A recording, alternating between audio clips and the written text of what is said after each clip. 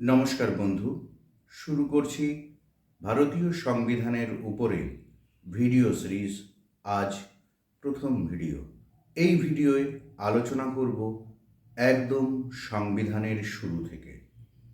সংবিধানের শুরু, তোমার মনের মধ্যে কনফিউশন তৈরি হতে পারে, আমার মনের মধ্যেও কনফিউশন তৈরি হয়েছিল। তোমাদের শেখানোর জন্য বা ভারতবর্ষের সংবিধান পড়ানোর জন্য আমি কোথা থেকে শুরু করব। ভারতবর্ষে ইংরেজ বণিক রূপে এসেছিল। বণিকের মানদণ্ড দেখা দেয় রাজদণ্ড রূপে। এই শব্দবন্ধকে তোমরা বহুবার শুনেছ। 1757 সালের পলাশির যুদ্ধের পর ঠিক 100 বছর পরে 1857 সালে যখন সিপাহী বিদ্রোহ হয়, সেই সিপাহী বিদ্রোহে কিন্তু ভারতবর্ষের যে সমস্ত সৈনিকেরা ছিলেন তারা কিন্তু মনে মনে ভেবেছিলেন আমাদের শাসন করুক এমন কোনো আইন যা আমাদের ভারতবর্ষের মানুষের দ্বারাই তৈরি। ভারতবর্ষের স্বাধীনতা সংগ্রামকে যেমন ঐতিহাসিকরা প্রথম স্বাধীনতার যুদ্ধ বলে অভিহিত করেন, কিছু কিছু ঐতিহাসিকরা ভারতবর্ষের প্রথম স্বাধীনতার যুদ্ধ বলে অভিহিত করেন। মনে রেখো, সেই প্রথম স্বাধীনতার যুদ্ধেই আমাদের ভারতবর্ষের মানুষ বলতে পারো, কেননা আমাদের ভারতীয় সেনারা দাবি জানিয়েছিলেন প্রথম এমন কোনো আইনের যা আমাদের ভারতবর্ষের মানুষের দ্বারাই তৈরি। সেটাই হয়তো এই সংবিধানের কথাই তারা হয়তো বোঝাতে চেয়েছিলেন। সংবিধানের ধারণা পৃথিবীতে কিভাবে এলো, কিভাবে পৃথিবীতে এই দেশ তৈরি হলো। সারা পৃথিবীতে এখন 200-র মতন দেশ রয়েছে। প্রত্যেকটা দেশই কোনো না কোনো শাসনতন্ত্র বা সংবিধান দ্বারা নিয়ন্ত্রিত হয় বা মেনে চলে। সে লিখিত হোক, অলিখিত হোক, সুপরিবর্তনীয় হোক, দুষ্পরিবর্তনীয় হোক, কোনো না কোনো আইন তারা মেনে চলে। কিভাবে এই ব্যবস্থা সারা পৃথিবীতে চালু হলো নিশ্চয়ই তোমার মনের মধ্যে মাঝে মাঝে বিস্ময় তৈরি করতে পারে। সারা পৃথিবীতে বিভিন্ন আইন কানুন বা সংবিধানের ধারণার প্রথম দিকের এক উৎসের কথা বলা হয় 1215 সালের। খেয়াল রাখতে হবে, 1215 সালে ইংল্যান্ডের এক হিংস্র রাজার, এক জনপ্রিয় ছিল না এমন এক রাজার সাথে কিছু বিদ্রোহী মানুষের এক চুক্তিপত্র, যে চুক্তিপত্রকে ম্যাগনা কাটা বলে অভিহিত করা হয়। ম্যাগনা কাটাকে সারা পৃথিবীর বিভিন্ন সংবিধানের অধিকার দাবির আধার বলে মনে করেন অনেকে। ম্যাগনা কাটা সম্পর্কে ডিটেলসে যদি তুমি জানতে চাও তাহলে নিচে কমেন্ট করলে আমি পরবর্তীকালে কোনো ভিডিও বানানোর চেষ্টা করব। তারপরে সময়ে সময়ে ফরাসি বিপ্লব, আমেরিকার স্বাধীনতা যুদ্ধ কিংবা স্পেনের গৃহযুদ্ধ, এই সমস্ত বিষয়ের উল্লেখ পরবর্তীকালে সংবিধানের বিভিন্ন অ্যাসপেক্ট, বিভিন্ন বিষয়বস্তু আলোচনা করবার জন্যে উল্লেখ করব। এখন বিস্তারিতভাবে আলোচনার প্রয়োজন রয়েছে বলে মনে করছি না। আমি চলে যেতে চাইছি আমাদের এই ভিডিও সিরিজের প্রথম ভিডিওয় গণপরিষদের আমলে, অর্থাৎ যে গণপরিষদ আমাদেরকে একটা সুন্দর লিখিত সংবিধান ভারতবর্ষের মানুষের জন্য উপহার দিয়েছিলেন। সেই গণপরিষদের সময়ে যাওয়ার জন্যেও আমাদের কিছুটা পটভূমির ইতিহাস জানতে হবে। যেটুকু জেনে রাখা প্রয়োজন বলে মনে করছি সেটুকু অন্তত আলোচনা করে নিচ্ছি। সংবিধান শুরুর আগে এই ইতিহাসকে জেনে রাখা আমাদের বাধ্যতামূলক, এই কারণে যে এটা শুধুমাত্র কিন্তু খুব স্বাভাবিকভাবে ইংরেজ আমাদেরকে গণপরিষদ গঠন করে দেয়নি যে তুমি তোমার ভারতবর্ষের জন্য একটা সংবিধান লেখো। এটা একটা সুদীর্ঘ সংগ্রামের ফলে, অনেক ত্যাগ স্বীকারের ফলে ভারতবর্ষ এই গণপরিষদকে প্রতিষ্ঠা করতে পেরেছিল। তাছাড়া এক্সামিনেশন পয়েন্ট অফ ভিউ, আমাদের পরীক্ষাগুলোতে যে সমস্ত কোশ্চেন আসবে সেই সমস্ত বিষয়ের কিছু কোশ্চেনও এই পর্বে রয়েছে, যেগুলোকে আমরা আলোচনার সময়ে মাথায় রাখার চেষ্টা করেছি। সিপাহী বিদ্রোহ বা ভারতবর্ষের প্রথম স্বাধীনতা সংগ্রামের ইতিহাসের কথা তো প্রথমেই আমি উল্লেখ করেছি। তারপরে 1906 সালে বোধহয় প্রথম পৃথক স্বরাজ ও ভারতীয় গণপরিষদের দাবি দৃঢ়ভাবে উত্থাপিত হয়।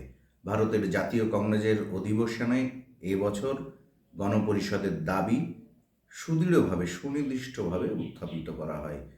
এবছর কোথায় ভারতের জাতীয় কংগ্রেসের অধিবেশন বসেছিল সেই প্রশ্নটা তোমাকে করলাম, তুমি কমেন্টে উল্লেখ করো।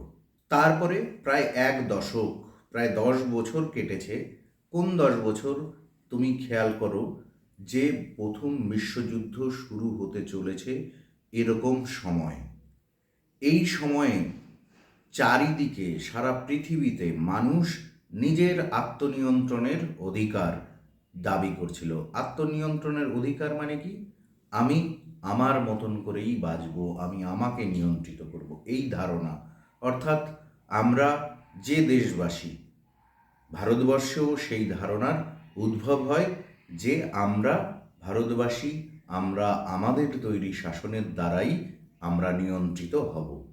সেই কারণে গণপরিষদের অর্থাৎ সংবিধান রচনা করার স্বীকৃত একটা সংস্থার প্রয়োজন হয়ে পড়ে এবং তার দাবিও অত্যন্ত জোরালোভাবে পেশ হতে থাকে। তারপরে প্রথম বিশ্বযুদ্ধ শেষ হয়। 1922 সাল, ভারতবর্ষের রাজনীতিতে তখন গান্ধীজি প্রবেশ করেছেন।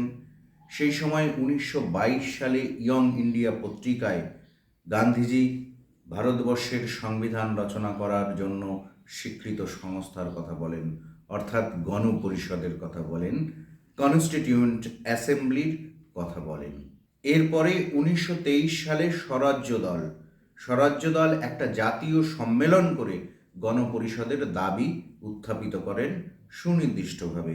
স্বরাজ্য দল সম্পর্কে যা জানো নিচে কমেন্ট বক্সে লিখতে পারবো, বা স্বরাজ্য দল কারা প্রতিষ্ঠা করেছিল নিচে কমেন্ট বক্সে লিখবে। এই সময়ে এম.এন. রায় বা মানবেন্দ্রনাথ রায় ভারতবর্ষের গণপরিষদের জন্য দাবি করেন স্পষ্ট এবং দৃঢ়ভাবে। এই এম.এন. রায় কে? এই এম.এন. রায় ভারতীয় কমিউনিস্ট পার্টির প্রতিষ্ঠাতা। এটা মনে রাখবে, এটা পরীক্ষাতে কয়েকবার এসেছেও। নরেন্দ্রনাথ চট্টোপাধ্যায়, যার অন্য নাম বা অন্য নামেও পরিচিত ছিলেন। 1925 সাল শ্রীমতী অ্যানি বেসান্ত ব্রিটেনের পার্লামেন্টে একটা বিল আনেন। বিলটার নাম দ্য কমনওয়েলথ অফ ইন্ডিয়া বিল। সেই বিলে গণপরিষদের কথা স্পষ্টভাবে দাবি করা হয়েছিল বা লেখা হয়েছিল, কিন্তু সেই বিলটাও নষ্ট হয়ে যায়। কী কারণে? কেননা সেখানকার লেবার পার্টি তখন নির্বাচনে হেরে যায়। এরপরে মতিলাল নেহেরু বোম্বাই অধিবেশনে কংগ্রেসের কাছে একটা দাবি পেশ করেন, যে দাবিকে নেহেরু প্রস্তাব বলা হয়। এ বিষয়গুলো কিন্তু মনে রাখার মতন বিষয়। 1928 সালে একটা সর্বদলীয় বৈঠক হয়, বা বলা যায় সর্বাত্মকভাবে গণপরিষদের দাবির জন্য বিভিন্ন দল ঐক্যমত্য হয়ে এক জায়গায় বসেন, আলোচনা করেন। সেই সর্বদলীয় বৈঠকে অংশগ্রহণ করেছিল ভারতীয় জাতীয় কংগ্রেস, মুসলিম লীগ, হিন্দু মহাসভা, খিলাফত কেন্দ্রীয় কমিটি, ভারতে বসবাসকারী খ্রিস্টানদের সর্বভারতীয় সভা, সর্বভারতীয় লিবারেশন ফেডারেশন এবং স্টেটস পিপল কনফারেন্স। এই সর্বভারতীয় সবারই কিন্তু ফলশ্রুতি ছিল এই নেহেরু প্রস্তাব, যেখানে যে ড্রাফটে অস্ট্রেলিয়ার সংবিধান, কানাডার সংবিধান এবং নিউজিল্যান্ডের সংবিধানের অনুসরণ করে একটা খসড়া লেখা হয়েছিল। 1933 সালে ব্রিটিশ সরকার হোয়াইট পেপার বা শ্বেতপত্র প্রকাশ করে। সেই শ্বেতপত্রের বিষয়ে আলাপ আলোচনা করে কংগ্রেসের ওয়ার্কিং কমিটি 1934 সালে। সেই 1934 সালেই শ্বেতপত্রের কি বিকল্প নেওয়া যায় সেই বিকল্প হিসাবে গণপরিষদকে কিন্তু তুলে ধরা হয়েছিল বা ভাবা হয়েছিল। অনেক ঐতিহাসিক, অনেক সংবিধান বিশেষজ্ঞ, যেমন ভিডি মহাজন, যারা মনে করেন The idea of a Constituent Assembly entered Indian politics as a counterpoise to the White Paper proposal of 1933 as issued by the British government. তারপর 1935, 1936 জানো 1935-এর যে ভারত শাসন আইন, সেটা পরবর্তীকালে বারবার আলোচনার মাধ্যমে উঠে আসবে, সেই জন্যে এখানে বিস্তারিত বলছি না। তো 1935-এর ভারত শাসন আইন অনুযায়ী যে প্রাদেশিক সরকারগুলো তৈরি হয়েছিল, সেই প্রাদেশিক সরকারের সভায় গণপরিষদকে কিন্তু সমর্থন করা হয়েছিল, বা 1936 সালের কংগ্রেসের সম্মেলনে, ফৌজপুর সম্মেলনেও কিন্তু এই গণপরিষদের দাবির কথা আবার তোলা হয়েছিল।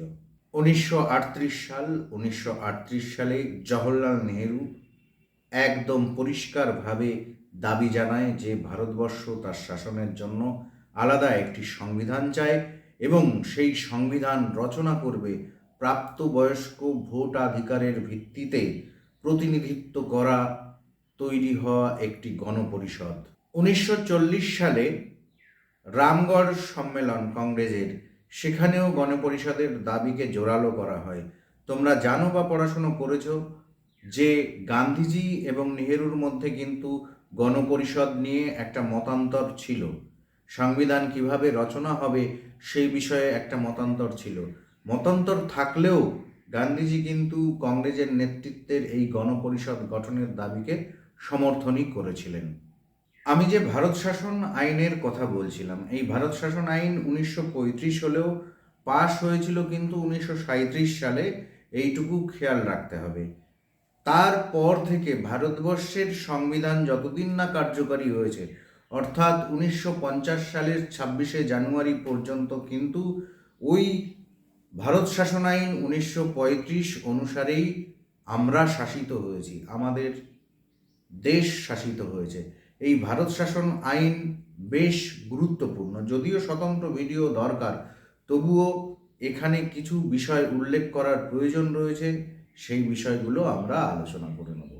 ভারত শাসন আইন 1935-এর অন্তত 3টে বিষয় আমাদের মনে রাখার দরকার এই গণপরিষদের আলোচনায় ঢুকবার জন্য। সেটা হচ্ছে প্রদেশে, বিভিন্ন প্রদেশে কিন্তু দায়িত্বশীল সরকার যেমন ছিল সেটা আরও প্রতিষ্ঠিত হলো। কিছু কিছু ক্ষেত্রে সেই প্রদেশের মন্ত্রিসভার পরামর্শ মেনেও গভর্নর জেনারেল কাজ করতে শুরু করলেন, যে ওই ভারত শাসন আইনেই বলা হয়েছিল এই গভর্নর জেনারেলকে তোমরা জানো আগের থেকেই, যে যাকে নিযুক্ত করবে ইংল্যান্ডের রাজা বা রানী।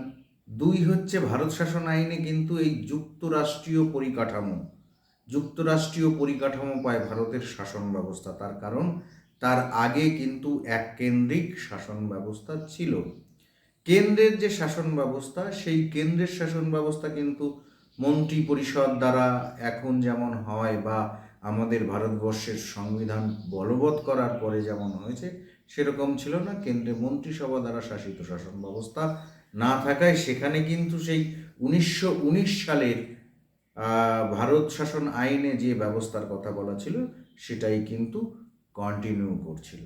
আর যারা ভারতবর্ষের সংবিধান ভালো করে পড়তে চাও বা সুন্দর করে শিখতে চাও, তাদের আরও 2টো বিষয়ে নজর দিতে হবে। সেটা হচ্ছে ওই ক্রিপস মিশন এবং ক্যাবিনেট মিশন, সেই সমস্ত সম্পর্কেও একটু জেনে নিতে হবে, কেননা এগুলোই হচ্ছে গোড়ার কথা।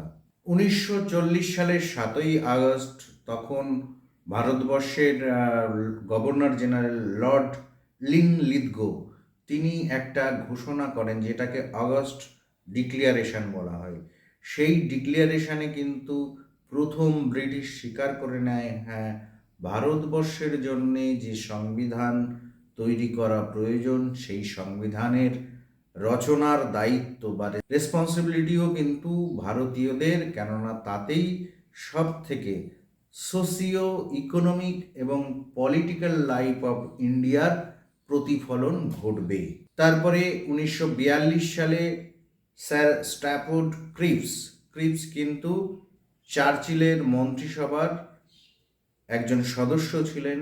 ক্রিপসকে ভারতবর্ষে পাঠান চার্চিল।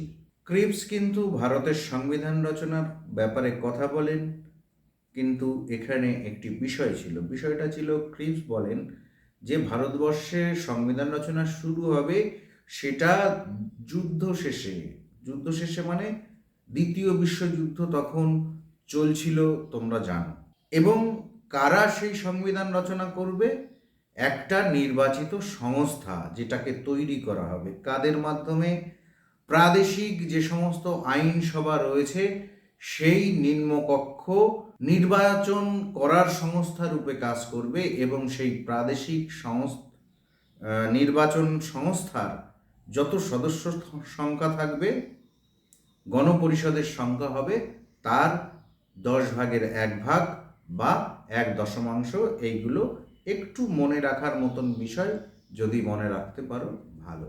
এবং সদস্য সংখ্যা ওই প্রাদেশিক আইনসভার নিম্নকক্ষ মানে জনগণের দ্বারা নির্বাচিত যারা, তাদের সমানুপাতিক হারে। যদিও এই ক্রিপস মিশন কিন্তু জাতীয় কংগ্রেস মেনে নেয়নি, এটা মনে রাখার দরকার আছে। মুসলিম লীগও তো মেনে নেয়নি, বরং উল্টে তারা আলাদা পৃথক পাকিস্তান গঠনের দাবি জানাচ্ছিল। অর্থাৎ তারা বলছিল গণপরিষদ কেন একটা হবে, আমাদের জন্য আলাদা দেশ হোক, সেই দেশের জন্য আলাদা গণপরিষদ তৈরি হোক। এখানে কিন্তু একটা বিষয় রয়েছে, ক্রিপস মিশনের পরে আরেকটি মিশন কিন্তু ভারতবর্ষে আসে, যেটা নিয়ে কিন্তু ইতিহাসে একটু কম আলোচনা হয়। সেটা হচ্ছে কুপল্যান্ড মিশন।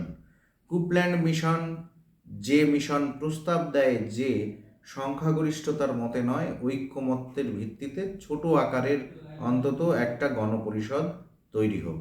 এবার কিন্তু আসবে ক্যাবিনেট মিশনের কথা। মনে রাখতে হবে, দ্বিতীয় বিশ্বযুদ্ধ শেষ হয়ে গেল। দ্বিতীয় বিশ্বযুদ্ধ শেষ হওয়ার পরে ইংল্যান্ডে তখন নির্বাচনের সময় চলে এলো। ইংল্যান্ডের ছিল কনজারভেটিভ পার্টি। কনজারভেটিভ পার্টির প্রধানমন্ত্রী ছিল চার্চিল কিন্তু ভরাডুবি হলো, তার হারলেন। প্রচণ্ড ব্যবধানে হারার পরে ক্ষমতায় এলো লেবার পার্টি কিন্তু ভারতবর্ষ থেকে ভারত ত্যাগের নীতি ঘোষণা করলো, এবং ক্যাবিনেট মিশনকে ভারতবর্ষে পাঠানো হলো। অর্থাৎ ক্যাবিনেট মিশন মানে কি? ক্যাবিনেট হচ্ছে মন্ত্রিসভার গুরুত্বপূর্ণ সদস্যদের নিয়ে তৈরি হয়। তাই ইংল্যান্ড মন্ত্রিসভার তখন 3জন ক্যাবিনেট মন্ত্রীকে, গুরুত্বপূর্ণ মন্ত্রীকে ভারতবর্ষে পাঠানো হলো, ভারতবর্ষের ক্ষমতা হস্তান্তর এবং তাদের সংবিধান রচনার জন্য গণপরিষদ গঠনের বিষয়ে আলোচনা করতে। এই বিষয়টা কিন্তু তোমার মনে রাখা জরুরি।